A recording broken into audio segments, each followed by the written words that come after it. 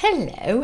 So, one of the things that I encourage people to do is to come up with some sort of a phrase or a mantra that keeps you focused on your North Star. When you start to get really clear on something that's important to you, life conspires for you in that way. I want to tell you the two instances where I do it. So I have ones that have become mine that persisted through my life, a primary overarching one, and then maybe little ones as you go along.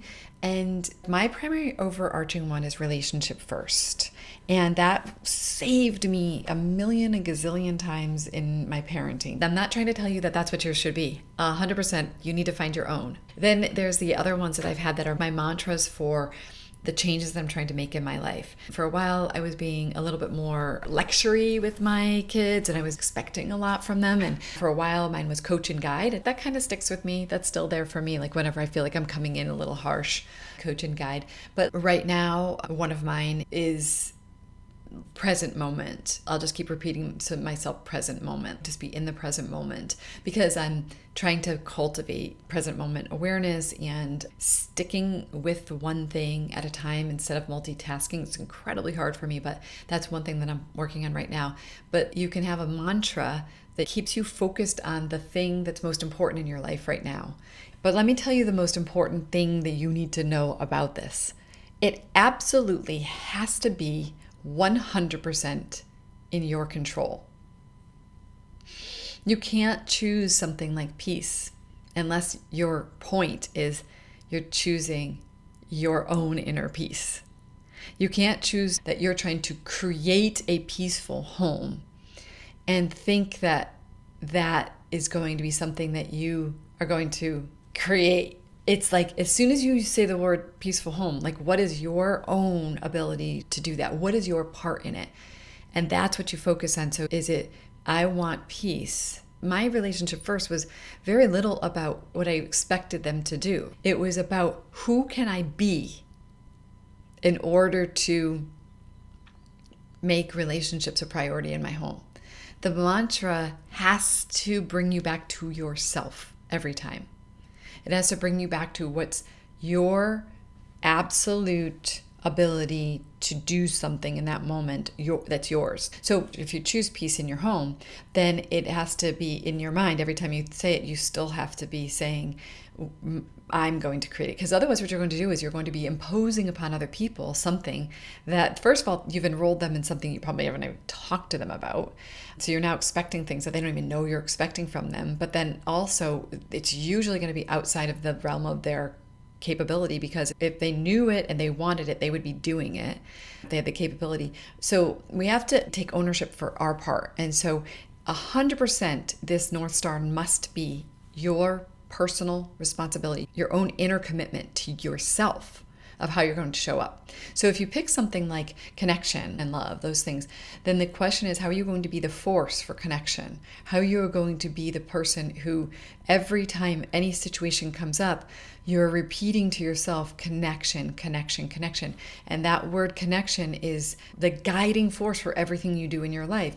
And that is connecting to yourself, connecting to your circumstances, connecting to your child, connecting to your breath. It's everything. It's connecting when you walk outside. It's connecting to nature. It's like, how do you start to build connection as the way of being in every day, every moment, so that then when a connection comes to be difficult because your child is acting in a way that you feel repelled by, that you can breathe, you can connect to yourself, so that then you can tune in and then you can bring the connection energy into that moment.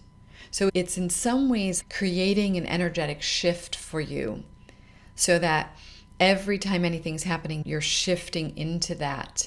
Now, the other thing that's really important about it is that you don't do something where you end up gaslighting yourself. The nice thing about something like connection, peace, presence, so if you use something like that and the orientation is back to connection with yourself, presence with yourself, peace with yourself, love with yourself, all of that, that's going to be the foundation for you. The challenge is like if you choose something like happiness, okay? I just want to feel happy. So my mantra is just going to be happiness. The risk is that you're layering almost like a judgment, and it's a little bit like I should be happier. And it's a little trickier. So what can you take 100% responsibility for? Because I don't really think happy is something that you can nail every minute of the day. I just don't think so.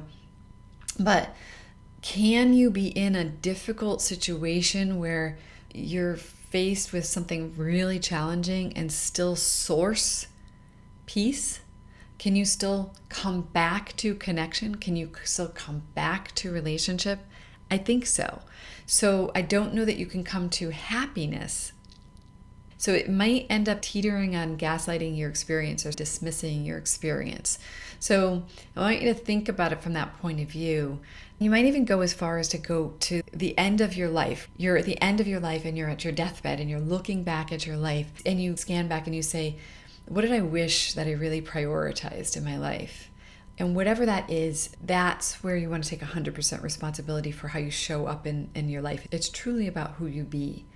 And even the ones where they're like you're working on something small, I still think it should be about who you be and not so much what you do. I have a whiteboard, and on my whiteboard I do have things that are really important to me. And for example, right now I'm trying to really work on not giving into my sugar cravings.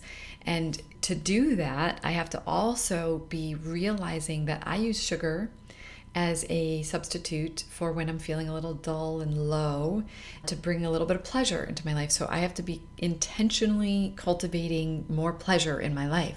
So you see where I'm going here, that like I don't succumb to the cravings of sugar as something that's important to me. And that is in my control. It is. But even more important, I might through the day be reminding myself, how can I create pleasure for myself? And again, I'm not looking outside, not asking somebody else to make my life better, to give me pleasure. If he would just do that, then I would feel pleasure. It's what do I do? Is it taking a moment to breathe in an essential oil? Or is it scheduling a date night this weekend with my husband? Or is it watching something funny that makes me laugh? So how do we do that? It's like, what's in my control? That's the key. Okay? All right. And by the way, post below what you're going to claim as your guiding mantra in your life. And again, it can change, but I want you to know if you use it from the perspective of what are you going to regret the least and what's really going to keep you focused on your center, you may find it's actually something that really persists through your whole life.